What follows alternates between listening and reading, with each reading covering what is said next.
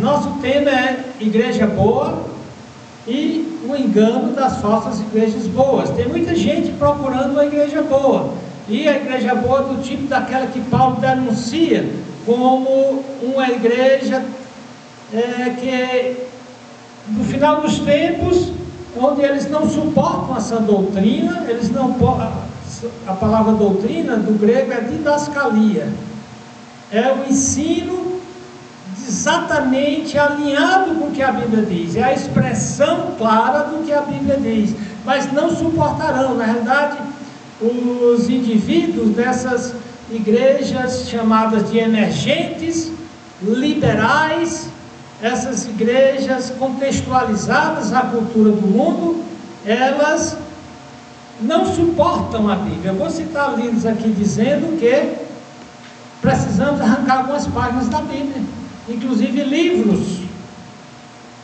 e eles centralizam toda a sua apostasia baseado num conceito errado de Deus, dos atributos morais de Deus, focando toda a essência do caráter de Deus na sua bondade, quando não é. Nós vamos ver isso. A essência do caráter de Deus, ele é o sumo bem, é a fonte de todo bem. Mas nós vamos ver que a essência do caráter de Deus não é a bondade. A bondade é apenas um dos elementos da essência de Deus, que é a santidade. Apenas um dos elementos. E que ela pega o conceito de empatia, como eu falei no início, é um conceito criado pelos fenomenologistas, a escola fenomenológica, fundada por Edmund Russell, que eu falei que era luterano, e a Edith Stein escreveu um livro, O Problema da Empatia, onde ela descreve de uma maneira profunda, contundente, o que é empatia, e mostra lá que a empatia não pode ser confundida com simpatia, com bondade, com amor ou caridade. Essas coisas podem estar relacionadas, mas não necessariamente. Eu fiz a tabela, depois eu fiz um outro gráfico. Eu vou ampliar isso aqui, mas antes vamos para o nosso texto-chave. E como o Paulo tem uma boa leitura, eu vou chamar ele de novo para ler aqui o que está na tela. Paulo Vasques, fazer a leitura aqui do nosso texto-chave, que fala, é o que Jesus fala, como é que se deve tratar um membro em pecado. Um membro em pecado, ele pode ser joio, ele pode ser lobo, ele pode ser um bode. E um lobo dentro da igreja não se trata com leitinho. O pastor tinha um cajado e uma vara. A vara, ela tinha um nó na ponta para ser jogado no meio da testa do lobo, para quebrar a testa do lobo. Então ninguém trata lobo com leitinho. Porém também não se trata com aquela vara de matar do pastor para matar leões e lobos. A ovelha se trata com o cajado, ela tem até tipo guarda-chuva para tirar a ovelha de um penhasco. Todavia, a ovelha fujona, o pastor quebrava uma perninha dela, depois botava um atalho e passava um mês carregando ela no ombro para que ela aprendesse a não querer mais se desviar. E como se faz isso efetivamente? Irmã Pompeia, quando o irmão peca, a irmã Pompeia participa de uma igreja e ela descobriu que a irmã Mariquinha está pecando, mas na igreja Dove da Bondade, não, Pompeia, a Mariquinha, a lobinha tão bonitinha, leva um leitinho para a bichinha, um shampoo para alisar o pelo dela. O que é que Jesus faz?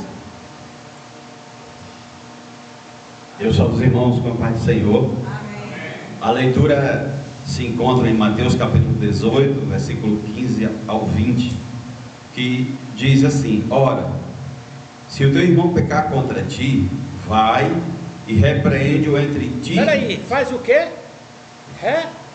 Repreende. Isso é abuso para eles. Repreender o irmão, está julgando o irmão. vai e repreende-o entre ti e ele só. Se te ouvir, ganhaste o teu irmão.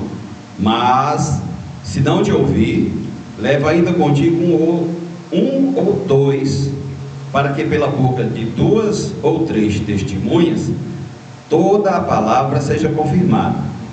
E, se não as escutar, dize-o à igreja. E se também não escutar a igreja, considera-o como um gentio e publicano.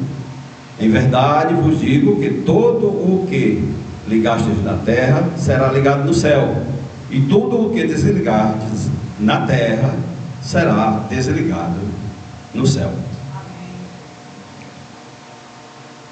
Também vos digo que se 2 de vós concordarem na terra acerca de qualquer coisa que pedirem, isso lhes será feito por meu Pai que está nos céus.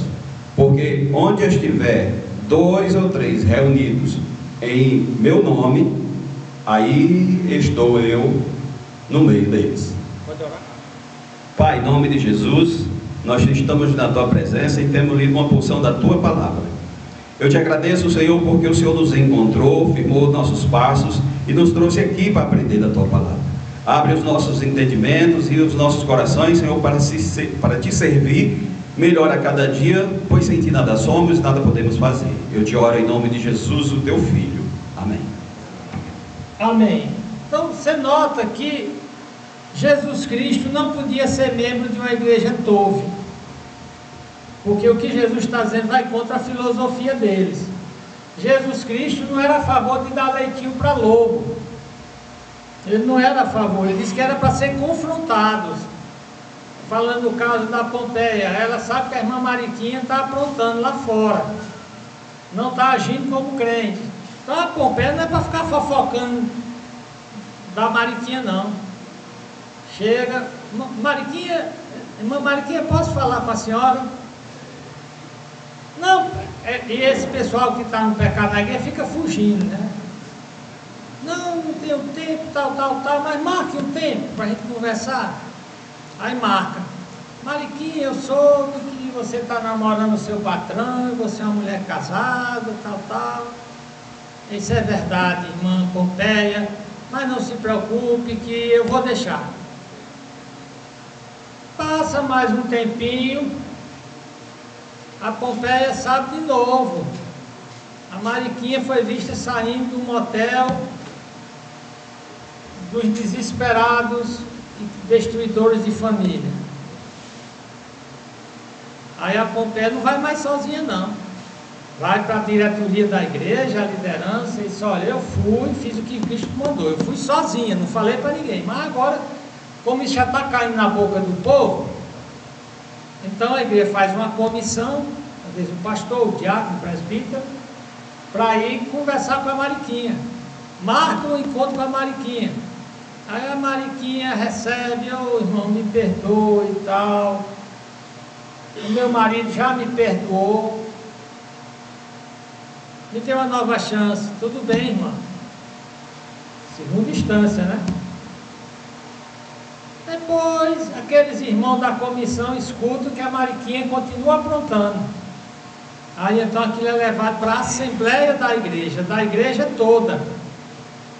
E a igreja confronta ela: irmã Mariquinha. E a irmã Mariquinha pode se rebelar: eu não quero mais saber de você, já estou desgraçada mesmo, meu nome já caiu na lama, vamos se danar. Aí o que a igreja faz? Trata ela com leitinho? Não. Diz aqui: se não escutar a igreja, considera-o como gentio e publicano, ou seja, excomunga, declara como alguém não crente. A partir daquele momento, aquele crente que foi expulso não é mais considerado um crente, mas um gentio e publicano. Agora, Célia, quem foi que escreveu isso? Foram os pastores abusadores, tóxicos, foi? Hein? Então, para eles, uma igreja que faz o que Jesus está mandando é uma igreja tóxica. É uma igreja ruim. Tem gente que gosta de participar de uma igreja que tem multidão, muita gente que fica lá perdido no meio e ninguém percebe a vida dele. Vindo para cá, eles usam o conceito de empatia. Por conta do nosso tempo, eu coloquei aqui essa tabela: real conceito de empatia e suas possibilidades. Ou seja, a empatia não dá direito automaticamente a pessoa ter simpatia pelo outro. A pessoa, na verdade, a empatia é uma percepção direta da experiência do outro. Faz parte dos seres humanos. Nós humanos conhecemos o outro humano. E às vezes basta olhar para a cara que a gente já sabe que o cara está sofrendo. Ou já basta olhar para a cara, eu tenho aquele insight, eu tenho aquela percepção, aquela compreensão de que ele está feliz. Isso é empatia. Mas, porém, empatia é só a percepção, é só a compreensão. É um ato, vamos dizer assim, direto, é um ato da consciência. Porém, ele automaticamente não está ligado à simpatia, à bondade, ao amor, à caridade. Nós vimos no caso do bom samaritano, que passa um sacerdote, um religioso, e vê aquele homem que tinha sido roubado, tinha apanhado, e automaticamente ele compreendeu a situação do outro. Ou seja, ele teve uma percepção direta da experiência que era do outro, mas que ele percebeu aquilo. Tanto que ele percebeu que ele passou por longe, se afastou. Ou seja, ele não foi simpático. Nós vamos ver a diferença de cada um. Porque a simpatia é uma resposta emocional em relação ao outro. Nós vamos saber o significado da palavra dessa. Se você teve esse ato da consciência de ser empático, você percebeu a dor do outro, você se identificou com a dor do outro, então é a sua resposta emocional ao outro. Então, o terceiro passo seria a bondade, ou seja, uma disposição moral para agir em benefício do outro. Foi o que fez o samaritano. Ele foi empático, percebeu o drama do outro, foi simpático, sentiu a dor do outro e se dispôs moralmente a fazer algo por aquele camarada. Isso é bondade. Ele não só fez naquele momento, mas ele mostrou amor, que as pessoas reduzem o amor a sentimento quando amor é uma decisão abnegada de ajudar o outro. Isso levou a aquele passo cristão que é um amor altruísta, de fazer o bem ao outro sem esperar recompensa. Então, para você ter uma ideia das características de cada uma dessas coisas, a empatia, ela faz a distinção entre um sujeito e o outro, é uma compreensão entre dois sujeitos, é uma leitura. O moribundo não falou nada com o filho pródigo, aliás, com o bom samaritano, mas ele fez uma leitura, foi uma compreensão do que está dentro do outro sem ser o outro. E a simpatia, ele é um compartilhamento de sentimento. A bondade são ações benevolentes e altruístas em favor do outro. O amor é um compromisso espiritual, ético e emocional de fazer diferença na vida do outro. E a caridade são ações desinteressadas em benefício do outro. Isso aqui é a característica de cada uma delas. Agora, relacionando essas coisas com empatia, que essas igrejas emergentes, liberais, misturam tudo no mesmo balaio. Mistura empatia, simpatia, bondade, amor, caridade. Como eu falei, eu fiz um trabalho acadêmico dentro do tema da empatia. Então a empatia, ela serve apenas de base para a simpatia, mas necessariamente, por eu entender o problema do outro, automaticamente eu não preciso ser simpático, ou bondoso, ou amoroso, ou caridoso. Mas ela serve de base. Já a simpatia, ela é motivada pela empatia. Eu vi a dor do outro, embora eu não requer uma compreensão profunda, mas eu senti a dor do outro, que necessariamente não pode me levar a ser bom para com outra pessoa, a agir. Ou seja, a bondade pode ser acompanhada ou não por empatia. Por exemplo, eles confundem bondade com cumplicidade do pecado. Então, bondade, Deus é bom sem ser cúmplice do pecado. E amor. Já o amor, ele requer empatia, simpatia e bondade, e é um fruto do Espírito Santo. E caridade. Caridade o ateu não tem, porque a caridade, ela é movida por fé e essa ação cristã abnegada, desinteressada. Então a coisa é, todo o livro já gira em torno de um eixo errado.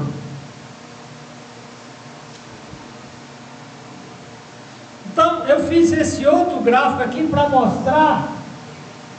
Você nota que tem uma seta que perpassa por trás cada um desses atos da consciência: empatia, simpatia, compaixão, bondade, amor, caridade, justiça, mas necessariamente não liga a eles. Começa com a empatia, a compreensão da dor, do problema do outro, que pode conduzir a simpatia, se identificar com a dor do outro. A compaixão faz você ser movido por dentro, comovido por dentro pela situação do outro, que o levará a bondade, a fazer alguma coisa pelo outro, que o levará a ter um compromisso de amor com o outro, e que o levará à caridade. Fazer isso porque você crê em Deus e no amor, na fé. O que pode, só isso vai ser justiça.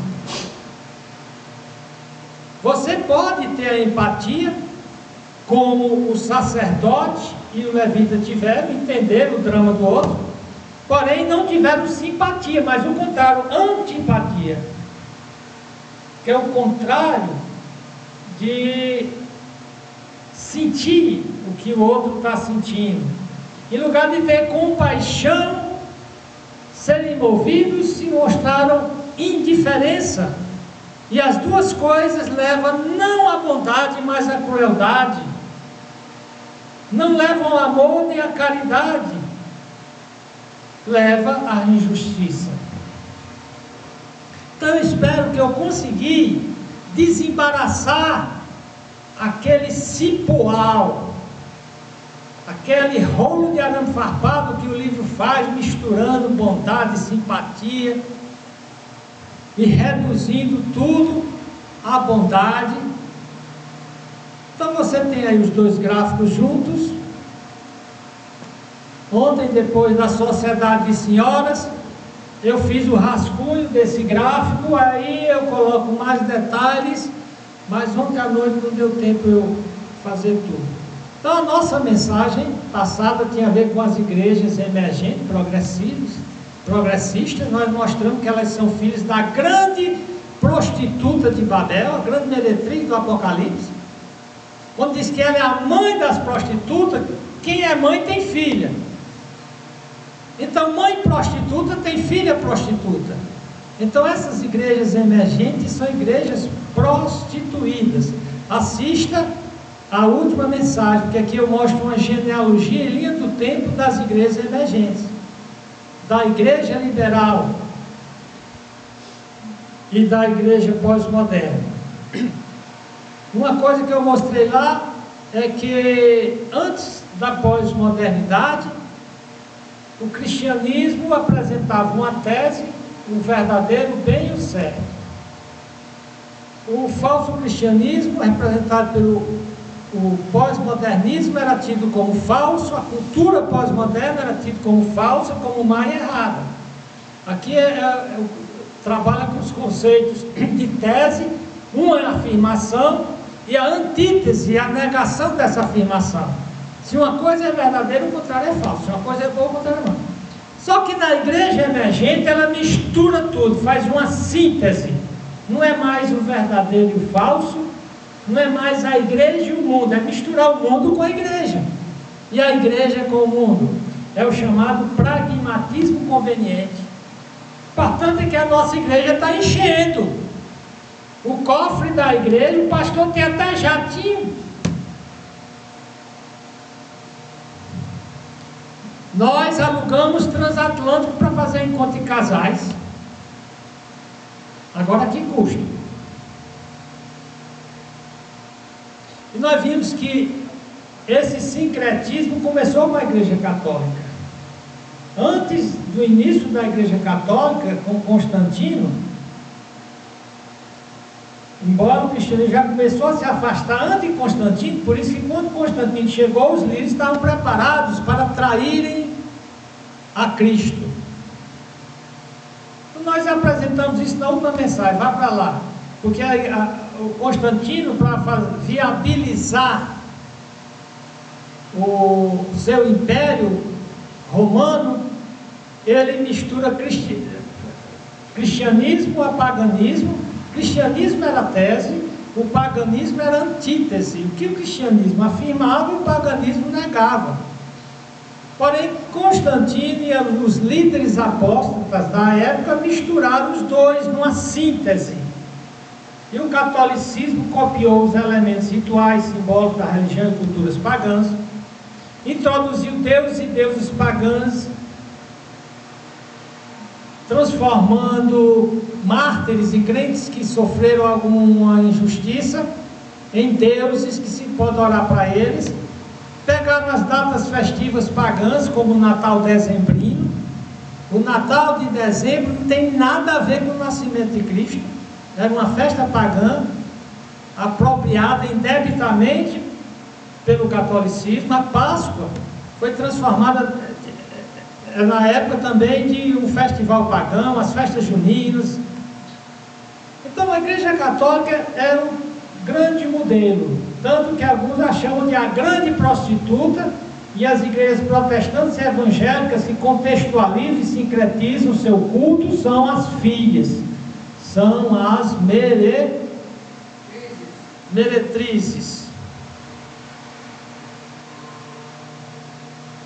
Agora, eles têm um conceito errado de Deus.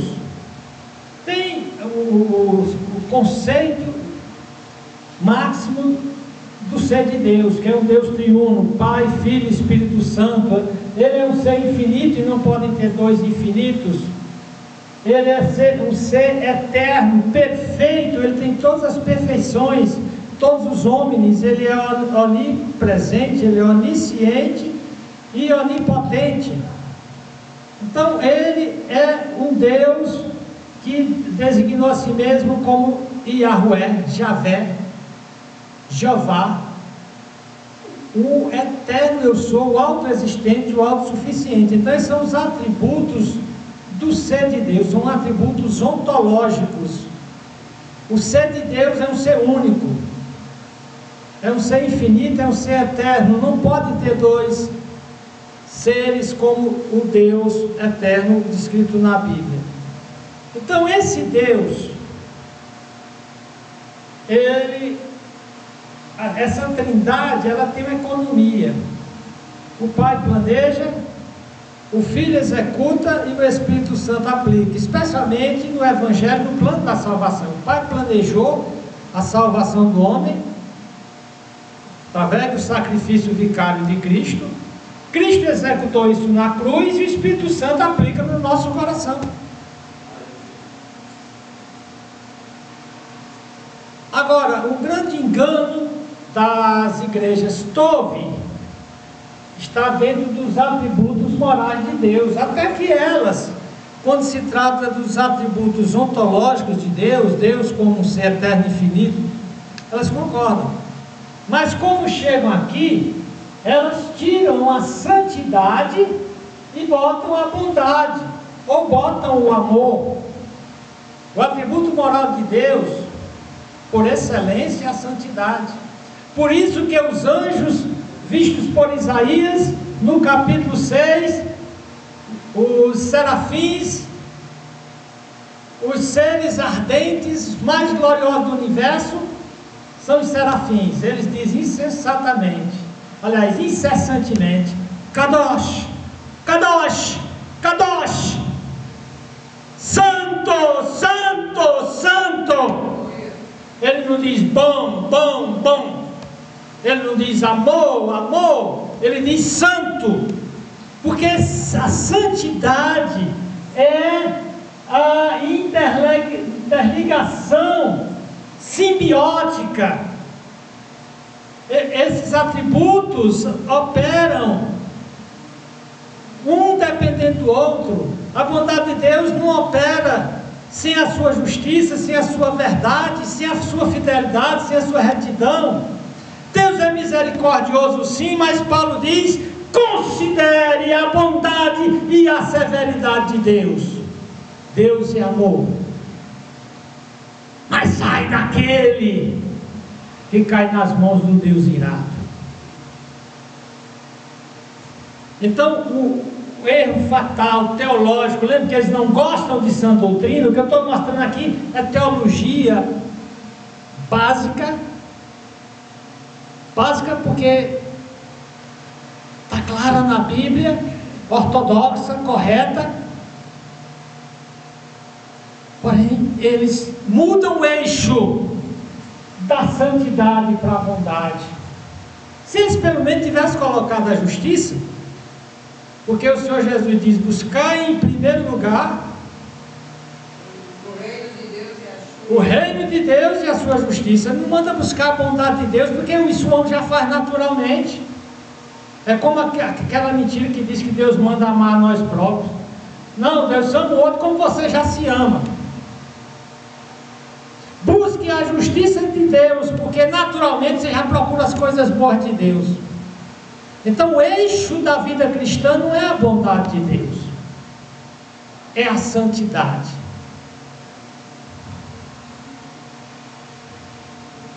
O que é que eles fazem? Olha, tudo deve girar em torno de Deus, depois de Deus, o outro, depois eu e depois nós. Mas o incrível é que dentro da pós-modernidade o ego é o ídolo supremo.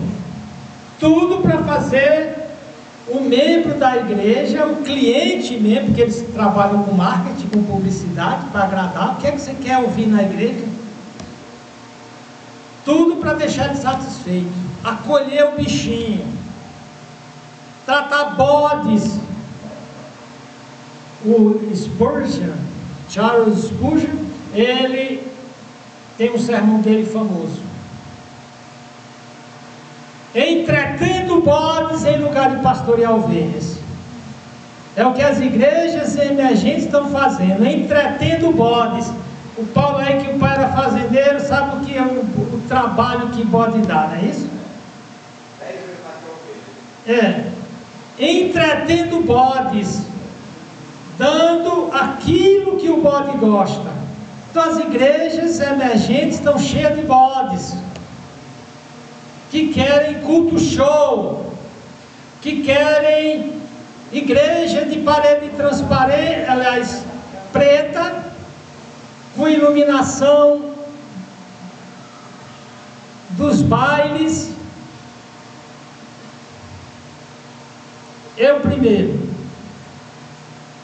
Quem são os irresponsáveis pela extinção da igreja, da demolição da igreja? Isso aqui faz parte do estudo que eu dei no passado. Aquela ideia de que muitos vão para a igreja apenas para receber. É dito que está difícil encontrar pessoas para serem professores de escola dominical, participarem da liderança, a não ser daqueles cargos que dão status. O que é que está matando a igreja? Existe abuso do membro mais forte que não suporta e nem ajuda o mais fraco. Está todo mundo perdido naquela multidão, querendo ser paparicado, seu ego inflado, não está querendo ser confrontado com o seu pecado, enquanto seus irmãos têm gente morrendo do lado. E eles estão preocupados com o quê? Pastores tóxicos, pastores condenatórios, pastores que disciplinam. Esse gráfico aqui, ele mostra o que verdadeiramente é uma igreja boa. Uma igreja boa tem comunhão e santidade na casa e na família de Deus. Então, o desafio da igreja fiel santa, ou a normalidade da disciplina. Atos 2:42 descreve o que é verdadeiramente uma igreja boa. Eu vou pedir a irmã Pompeia que abra, ou eu vou abrir aqui para ela e ela vem ler. Atos, capítulo 4:42. Na minha Bíblia ou na sua? Se já está aberto aí, pode trazer. Pode vir. Diz que eles perseveravam em 4 coisas, irmã Pompeia. Atos 2, 4. E 2. Olha aqui, vem para cá. Peraí. Olha, eles perseveravam, olha aqui, ó, no gráfico, eles perseveravam na doutrina fiel, na comunhão santa, na devoção piedosa, no serviço amoroso. Então aqui você vê um ciclo contínuo e vital do discipulado, que diferencia discípulos de seguidores casuais. É a vida da família de Deus ou dos santos.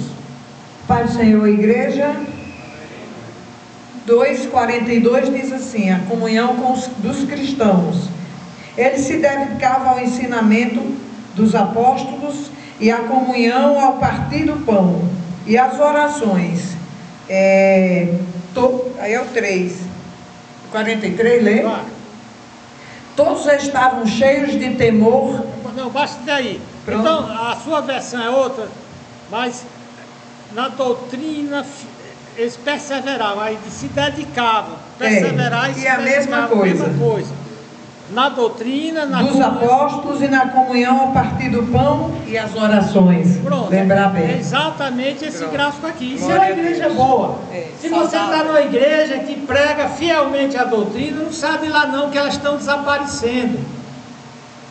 Uma igreja que a comunhão é santa. O que é comunhão santa? Só toma parte da comunhão quem não está vivendo o pecado.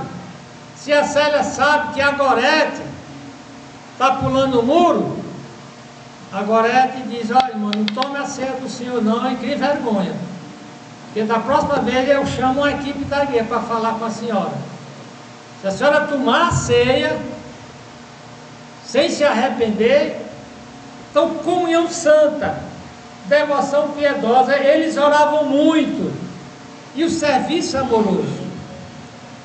Então isso é uma igreja boa, que é diferente da igreja Tove. Eles não gostam eles não perseveram na doutrina fiel, a comunhão lá não é nada santa, a devoção é culto show contextualizado, o falso conceito de empatia nas igrejas Tove. No livro Uma Igreja Chamada Tove, os autores Scott McKnight, a filha dele, essa Laura Beringer, fazem toda a igreja e a vida cristã girar em torno de conceitos errados de psicologia humanista sobre empatia. Eles confundem empatia com outros atos da consciência, que são valores cristãos, tais como os valores da bondade, compaixão, cuidado mútuo, que podem ser baseados na empatia ou não. Então, o conceito errado da empatia em uma igreja Tove é um erro a empatia lá é um erro em ignorância teológica e filosófica, dizer que a empatia é a capacidade de sentir o que os outros sentem. Na empatia não é para sentir nada, é para compreender. De sair de nosso próprio sentimento e entrar na experiência do outro. Eles misturam vários conceitos de relacionamentos, fazendo tudo girar em torno do projeto reducionista de transformar a igreja num espaço de cura humanista, não é aquela cura, aquela terapia bíblica, acolhimento e apoio, leitinho para lobo, né? Capizinho verde para bode, showzinho para bode, e ainda acrescentam apoio e acolhimento para aqueles que foram feridos por práticas abusivas ou negligentes dentro da comunidade religiosa. Agora, o que eles chamam de abuso, a Bíblia diz que é o que Cristo mandou. Vai lá, confronta os sem vergonha, faz o que Jeremias disse: vocês são os sem vergonha. Vocês nem sequer mais sabem o que é ter vergonha, vocês perderam todas as referências. Portanto, a empatia, segundo o livro Uma Igreja Chamada Tove, eles dizem lá que empatia é a capacidade de sentir o que os outros sentem e sair dos nossos próprios sentimentos e entrar na experiência do outro. Isso não é empatia. Eles dizem que a empatia se espalhou e a compaixão se seguiu. Esse é outro engano. A compaixão nos segue naturalmente a empatia. Nós vimos que no caso do sacerdote do levita, eles perceberam e entenderam, através do fenômeno da empatia, a dor e o problema do moribundo, mas se afastaram sem mostrar nenhuma compaixão e nem ato de bondade. Ou seja, a igreja, segundo o propósito de Deus, não é uma comunidade tove, mas sim uma comunidade santa e justa, uma comunidade que persevera na doutrina dos apóstolos, como nós vimos, persevera na comunhão santa, numa devoção piedosa. Ou seja, eles dizem lá, eu abro aspas aqui, o livro lá diz: a igreja foi desenhada por Deus para ser uma cultura tove, repleta de empatia e compaixão. Você não vê aí justiça, santidade, disciplina. Então aí o erro de supervalorizar a cultura tove ou de bondade para com os membros, tentando protegê-lo de abuso de pastores e líderes. Veja bem, existem pastores abusivos, que querem ser o dono da igreja, que querem ditar regras, criar moda, especialmente esses que recebem novas visões, revelações e unções. E você não está obrigado a ficar numa igreja dessas. Caia fora, procure uma que prega a verdade. Então, o grande problema das igrejas, ao longo da história da igreja, não são os pastores. Geralmente, eles sofrem, verdadeiros pastores sofrem nas mãos. Olha, todo o Novo Testamento escrito sobre as igrejas apresenta como principal fonte de cultura ruim, comportamento errado de relacionamento, começando pela igreja de Corinto. A igreja de Corinto, os crentes se devoravam mutuamente. Paulo diz: vocês vão se destruir, vocês são tão cheios de coisa ruim. Paulo descreve a igreja de Corinto que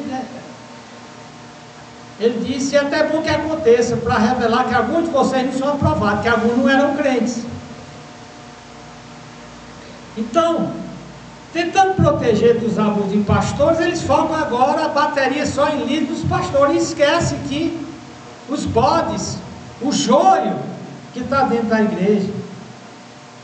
Todo o Novo Testamento, escrito para orientar as igrejas, apresenta como fonte principal de cultura ruim, mundana e apóstata, até satânicas, são os membros que Jesus chamou de joio, bodes, coração de terra batida, superficiais, amantes do mundo e do dinheiro, rebeldes e não pastoreáveis. Tem gente que não é pastoreável, não. Ele vai para a igreja, escuta o sermão, mas não pegue no meu pé. Ora, deixa eu viver minha vida. Não é isso, a Bíblia diz que o crente deve obedecer a seus pastores, verdadeiros pastores. Se é um falso pastor, a Bíblia manda repreender. Ninguém deve tolerar falso pastor, não. Pastor safado é para ser destituído, é para ser expulso da igreja. Porém, esses que querem criar as igrejas todas, já existiam na época de Paulo, que Paulo chamou de falsos irmãos. Pareciam irmãos, mas não eram. Porque por causa da imoralidade de alguns, eles deviam ser entregues a Satanás, aquele homem lá de Corinto, inconverso, com os judeus era o próprio vento, o apetite. Paulo disse: no meio de vocês tem gente que o Deus é a tara, é a imoralidade. Em Apocalipse, Cristo denuncia dentro das igrejas uma sinagoga de Satanás. Portanto, os líderes e pastores sofrem mais abuso de crentes e falsos irmãos do que irmãos que estão sofrendo ataque de pastores. Então esse livro, ele é todo desfocado da realidade. Existem, eu coloco aqui, existem líderes e pastores abusivos, e Paulo manda repreendê-los. Porém, os pastores e líderes abusivos são exatamente esses da cultura Tove, que são liberais em doutrina e comportamento. Os líderes Tove cometem o maior abuso que alguém pode cometer contra a igreja de Cristo, que é desviá-la da sã doutrina. Pastores Tove ou bonzinhos, no fundo odeiam a Bíblia, porque condena a falsa bondade deles. Eles colocam a empatia como se fosse descrevesse toda a vida cristã e tudo que ela envolve. Nós já vimos que não. A verdade sobre a empatia é que ela é apenas um aspecto limitado da experiência humana e cristã, que faz parte de um processo em cadeia de vivências e consciências humanas que pode estar baseado na empatia ou não. Eu falo aqui do meu trabalho acadêmico, foi sobre esse assunto de empatia, no livro O Problema da Empatia, da Edith Stein, mas só citando algum desses líderes Tove. Deixe-me citar aqui o que alguns deles dizem, como eu falei para vocês. Um deles aqui no Brasil é Ed René Kivitz. Ed René Kivitz e sua cruzada contra a suficiência e relevância permanente da Bíblia. René Kivitz, Ricardo Godin da Bethesda. Ed René Kivitz, pastor batista liberal e de igreja emergente progressista de Água Branca, ou Aibabe, diz que a Bíblia precisa ser ressignificada e atualizada. Ele defendeu publicamente uma revisão da Bíblia, uma atualização de alguns textos e encará-la como insuficiente, que a Bíblia precisa ser mudada. Isso é triste. Outro líder, pastor das igrejas emergentes, diz: Rob Bell é um dos gurus ou pais do movimento de igreja emergente. Ele disse: efetivamente é deixar cada um fazer o que quiser fazer. Olha o que é um pastor bonzinho, sério. E aí, como é que eu me comporto como crente? Minha irmã, faça o que der na sua telha. A graça de Deus é misericordiosa, é bondosa. Isso são palavras do cara lá. Efetivamente, para todos os efeitos, Paulo, faça o que lhe der na telha. Essa é a graça barata, denunciada por Dietrich Bonhoeffer. Tony Jones, um dos líderes e mestres apóstolos das igrejas emergentes, disse: olha, preste atenção, talvez alguns evangélicos devam rasgar o livro de Romanos de suas bíblias e ler uma Bíblia livre de Romanos, Bíblia livre da Epístola aos Romanos, por alguns anos. Então poderão colá-lo de volta. Não é incrível isso? Esse Tony Jones foi que disse: faça o que quiser, é o resumo da lei. Na verdade, isso é satanismo. Nós vivemos na pós-modernidade, e o sociólogo Zygmunt Bauer, ele fala da modernidade líquida. Ele não chama pós-modernidade, mas modernidade líquida. Está tudo Não tem nada sólido, Paulo, está tudo se desmanchando. Tem muita coisa aqui que o nosso tempo não vai dar mais. Mas nós vamos encerrar esse tempo com uma oração. E eu vou convidar o Willer para fazer essa oração aqui na frente. Nós precisamos sim de igrejas boas, mas igrejas boas que perseveram na doutrina dos apóstolos, na comunhão santa, na devoção santa, no serviço sagrado. Salve os irmãos que apareceu. Amém. Oremos. Senhor, meu Deus, meu Pai, muito obrigado por essa palavra que o Senhor tem nos dado neste dia, Pai amado. Ó Senhor, que essas palavras venham fixar no nosso coração, Pai amado. Que o teu entendimento, o conhecimento da tua palavra venha nos livrar de pedra de tropeço, Senhor, Pai. Abre nossos entendimentos, clareia nossos corações, para que não venhamos pecar contra Ti. Ó Deus Pai, despeça-nos em paz, leva-nos para nossas casas, dá-nos um dia abençoado. É o que eu te peço, te oro e te agradeço, em nome do teu Filho amado Jesus. Amém. Amém. Bom dia, meus irmãos, e obrigado por quem aqui chegou. Vou orar para Deus dar ao Senhor discernimento, para o Senhor pregar sobre as igrejas fortes. Está ouvindo?